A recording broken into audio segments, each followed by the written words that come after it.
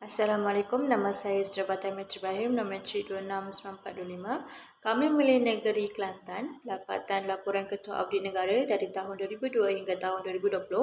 Pada tahun 2002, terdapat 22 penyata kewangan untuk akaun namun belum disahkan dan belum dibentangkan. Pada tahun 2003, terdapat 31 penyata kewangan untuk akaun namun belum disahkan dan belum dibentangkan. Pada tahun 2004, terdapat 36 penyata kewangan untuk akaun namun telah disahkan secara bebas. Pada tahun 2005, jawatan kuasa bermesyuarat sebanyak 5 kali untuk mempertimbangkan laporan bagi tahun 2002 dan 2003. Pada tahun 2007, jawatan kuasa bermesyuarat sebanyak 4 kali pada tahun 2007 untuk mempertimbangkan laporan audit bagi tahun 2004 dan 2005. Pada tahun 2008, Dewan masih belum mendengar laporan. Tahun 2006, jawatan kuasa telah mesyuarat sebanyak 5 kali pada tahun 2008. Pada tahun 2009, jawatan kuasa sebanyak 6 kali pada tahun 2009 menilai isu yang belum diselesaikan. Pada tahun 2010, jawatan kuasa bermesyuarat sebanyak 5 kali pada tahun 2010 menilai isu lama yang belum diselesaikan. Pada tahun 2011, jawatan kuasa telah mesyuarat sebanyak 5 kali pada tahun 2011 menilai isu lama yang belum diselesaikan. Pada tahun 2012, jawatan kuasa telah mesyuarat sebanyak 5 kali pada 10 Jun 2013 dan menilai isu lama yang belum diselesaikan. Pada tahun 2013, jawatan kuasa telah mesyuarat sebanyak 5 kali untuk mempertimbangkan pada tahun 2012 dan 2013 dan menilai isu yang belum diselesaikan. Pada tahun 2014, jawatan kuasa telah mesyuarat sebanyak 3 kali untuk mempertimbangkan pada tahun 2012 dan 2013 dan menilai isu yang belum diselesaikan. Pada tahun 2015, jawatan kuasa telah bermesyuarat sebanyak 9 kali untuk mempertimbangkan pada tahun 2013 dan 2014 dan menilai isu yang belum diselesaikan. Pada tahun 2016, jawatan kuasa telah mesyuarat sebanyak 7 kali untuk mempertimbangkan pada tahun 2014 dan menilai isu yang belum diselesaikan. Pada tahun 2017, jawatan kuasa telah mesyuarat sebanyak 6 kali untuk menjelaskan peranan accountability awam dan menilai isu yang belum diselesaikan. Pada tahun 2018, laporan Ketua Jawatan Kuasa masih belum meneliti audit negara pada tahun 2016 dan 2017 dan membincang isu yang belum diselesaikan. Pada tahun 2019, jawatan kuasa telah membuat panggilan kepada ketua syarikat yang berkenaan menjelaskan tentang peranan jawatan kuasa accountability. Pada tahun 2020, jawatan kuasa telah mesyuarat sebanyak 2 kali pada tahun 2020 dan memberi maklumat tentang aktiviti LKAN. Seterusnya, saya akan membentangkan teguran-teguran keuangan yang dibuat oleh laporan Ketua Audit Negara ke atas Kerajaan Negeri Kelantan yang dapat dilihat daripada beberapa tahun yang dinyatakan sepanjang 2005 dan hingga 2020. Perkara yang dibangkitkan oleh LKAN pagi tahun 2007 adalah mengenai perkara yang belum selesai pada tahun 2005 dan 2006 iaitu kelemahan pengurusan keuangan dari Jabatan Pembendaharaan Negeri Kelantan di mana masih terdapat 20 orang peminjam yang belum menyelesaikan baki tunggakan pinjaman sebanyak 190.146 juta. Manakala bagi tahun 2009 dan 2010 pula, LKAN dilihat membuat teguran ke atas Sinaran Pantai Timur Konsortium Berhad SPTCB di mana bayaran jualan bazar memiliki tunggakan yang tinggi dan pembeli tidak mendapat perkhidmatan yang sewajarnya. Bagi 2011, teguran dibuat berikutan tidak memberikan keterangan yang jelas mengenai projek yang dijalankan kepada rakyat Kelantan. Misalnya projek ladang rakyat, projek pembangunan dan sebagainya. Penjelasan terhadap projek tersebut amat penting kepada rakyat Kelantan berikutan pulangan daripada pelaburan tersebut tidak diperolehi.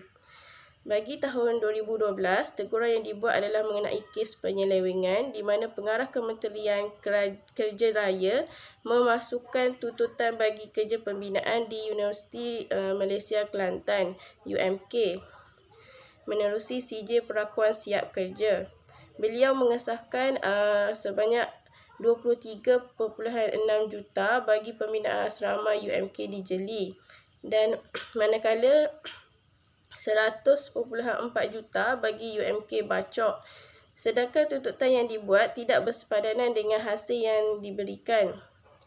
Bagi tahun 2013, 14 dan 15 adalah melibatkan pembelanjaan kumpulan wang amanah penyelenggaraan jalan negeri. Kelemahan yang disenaraikan adalah dari segi penyelenggaraan jalan raya di mana pemberian tahunan tidak dibelanjakan secara optimum. Selain itu, terdapat juga kerja penyelenggaraan yang sepatutnya dilaksanakan tetapi tidak dijalankan. Bagi tahun 2016, Majlis Pembandaran Kota Baru MPKB merupakan antara agensi yang terlibat dalam teguran daripada LKAN, di mana pihak MPKB tidak menyelaraskan pemasangan di setiap daerah. Kelemahan pengurusan keuangan juga dilihat daripada pejabat tanah dan jajahan Kota Baru yang gagal mengutip hasil daripada papan iklan pada 2014 hingga 2016. Sedangkan pihak MPKB dan MDKPI telah mengumpulkan 7.75 juta dan 643.905 bagi hasil papan iklan. Teguran yang dibuat bagi tahun 2017 adalah melibatkan kes ke atas agensi Yayasan Islam Kelantan dan Sekolah Mahat Sains Tok Guru, di mana ia tidak mencapai sepenuhnya objektif yang ditetapkan, iaitu ingin menjadi penempatan bagi pelajar aliran sains. Bagi tahun 2018 adalah berkenaan program Rumah Mampu Milik Kelantan RMMK, di mana ia tidak mencapai sasaran, iaitu ingin menyediakan dan menawarkan 5,000 unit rumah dalam tempoh 5 tahun, iaitu dari tahun 2014 hingga 2018. RMMK yang dapat disediakan dan ditawarkan hanya terdiri daripada 160 unit sahaja, yang bersamaan 3.2%. LKAN juga memberi tumpuan kepada Jabatan Kebajikan Masyarakat Negeri Kelantan, di mana teguran mengenai kes bayaran SBA Al-Musaadah telah dibuat bagi tahun 2019. Dalam hal ini, sebanyak 167 bersamaan 45.6% kes bayaran tersebut yang lewat diberhentikan antara 1 hingga 7 bulan daripada tarikh kematian. Hal ini menyebabkan bayaran sebanyak 26.640 telah menjadi lebihan.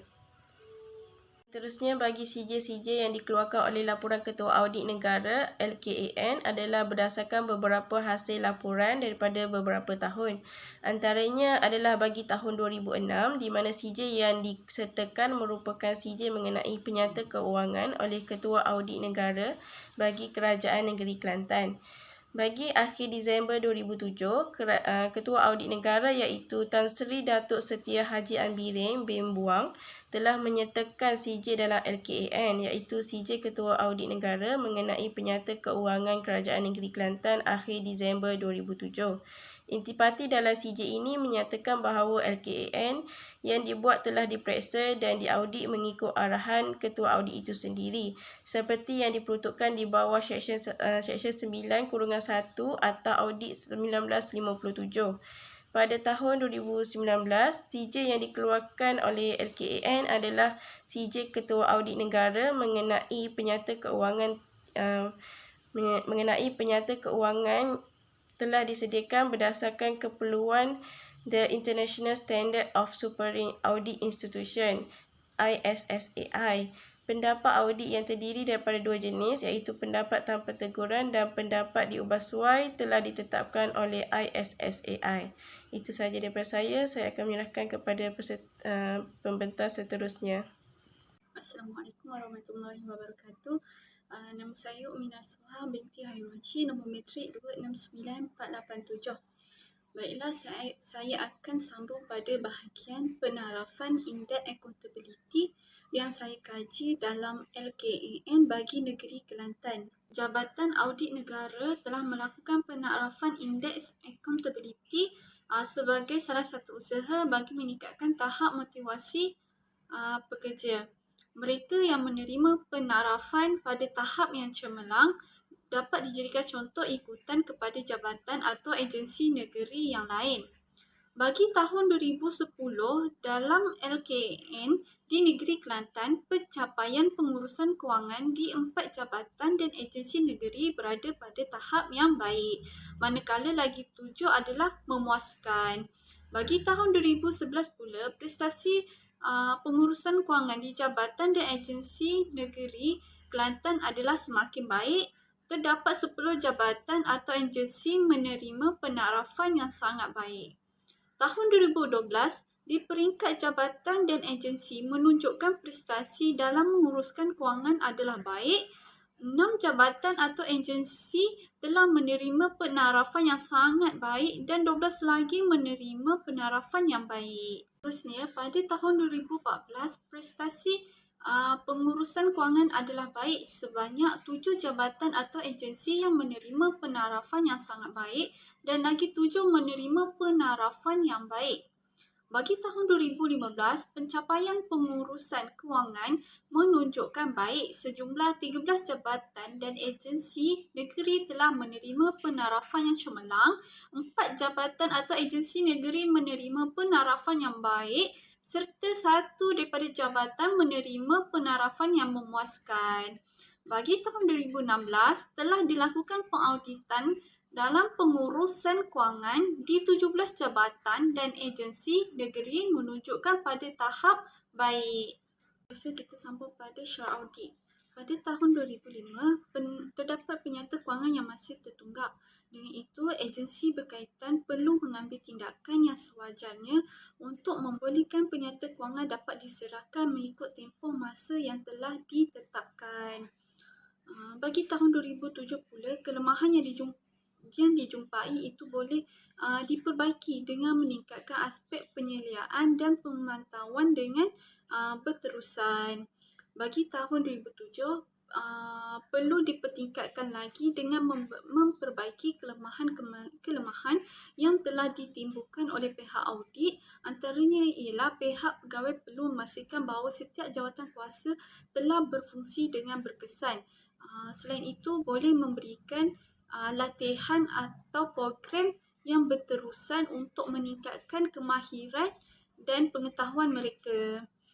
Bagi tahun 2010 hingga 2016, walaupun pengurusan dan kewangan memaparkan pencapaian peningkatan, namun disyorkan agar melaksanakan beberapa tindakan segera, antaranya ialah melaksanakan tindakan korektif dan preventif.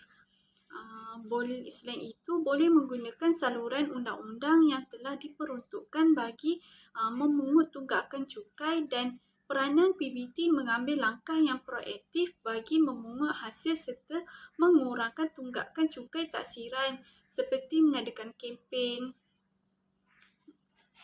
Pada tahun 2019, dalam agensi negeri sebanyak 22 penyata kewangan agensi yang masih belum disahkan berdasarkan dalam laporan Ketua Audit Negara di negeri Kelantan. Kerjasama di semua peringkat agensi negeri diperlukan dengan membuat pemantauan yang efektif oleh Perbendaharaan Negeri. Terima kasih. Assalamualaikum warahmatullahi wabarakatuh. Saya Yusuf Hisham Al-Hafiz bin Muhammad, nombor metrik 269631. Jadi untuk part saya adalah berkenaan dengan dapatan kajian. Bagi dapatan 3 yang bagi tahu adalah berkenaan dengan teguran-teguran kewangan bagi negeri Kelantan, iaitu pada 2005 sampai 2008 berkenaan dengan kelemahan pengurusan kewangan dari Jabatan Perbendaharaan Negeri Kelantan itu sendiri. Bagi 2011, projek yang tidak jelas. Bagi 2012, tuntutan palsu yang dikenakan oleh Kementerian Kerja Raya. Dan 2013 sampai 2015 berkenaan perbelanjaan oleh Kumpulan Wang Amanah Penyelenggaraan Jalan Negeri KAPJN. Bagi 2017 pula adalah berkenaan teguran kewangan bagi Yayasan Islam Kelantan dan pembinaan Sekolah Ma'had Sains Tok Guru SMSTG, dan yang terakhir adalah teguran pada 2018 berkenaan dengan program Rumah Mampu Milik Kelantan RMMK. Itu sahaja.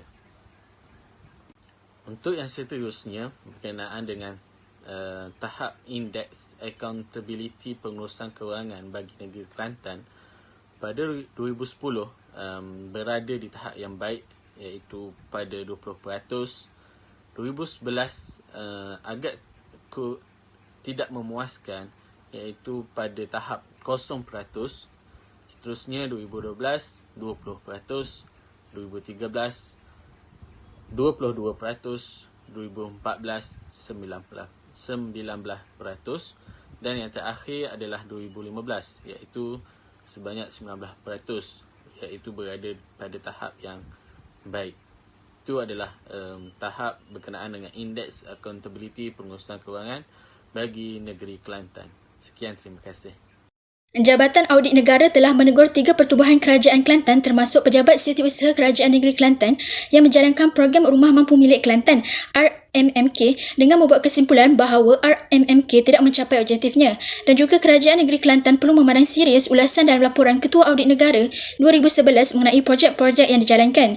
Kerajaan negeri mesti memandang serius laporan Ketua Audit Negara kerana yang baik harus dipuji dan yang buruk harus diakui dan diperbetulkan. Tanggungjawab jawatan kuasa audit termasuk meningkatkan kredibiliti laporan kewangan, memastikan sistem kawalan dalaman yang cekap dan memantau pelaksanaan aktiviti dan operasi syarikat. Akan tetapi, mengikut kajian Yusri Huzaimi 2016, jawatan kuasa audit masih tidak cekap dan tidak berkesan dalam menangani kebimbangan pematuhan laporan kewangan. Terdapat banyak skandal yang berlaku menunjukkan ketidakupayaan jawatan kuasa audit untuk mendedahkan tingkah laku tidak sihat pada peringkat awal, yang akhirnya membawa kepada kegagalan untuk memenuhi keperluan perakaunan. Menurut kajian yang dilakukan oleh Yusri Huzaimi 2016, petunjuk utama kajian penipuan adalah kelewatan dalam menyediakan laporan kewangan kepada pihak berkuasa yang membawa kepada ketidakpatuhan garis masa serta ketidakpatuhan dengan piawaian perakaunan. Jabatan Audit Negara menyifatkan prestasi kewangan Kerajaan Negeri Kelantan adalah baik.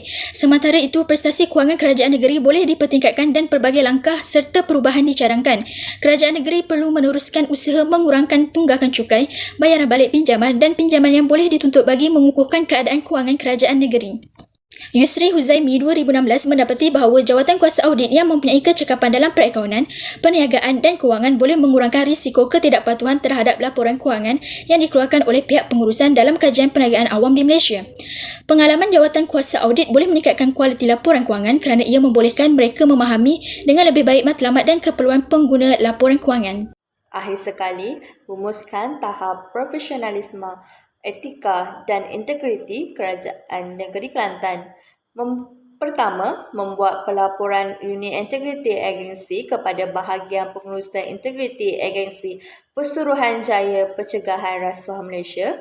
Yang kedua, mengadakan naziran berjadual berkaitan kriteria integriti ke atas jabatan dan agensi. Dan yang terakhir, memastikan pematuhan terhadap undang-undang dan peraturan yang berkaitan salah guna kuasa, penyelewangan dan rasuah. Sekian sahaja daripada kami. Terima kasih.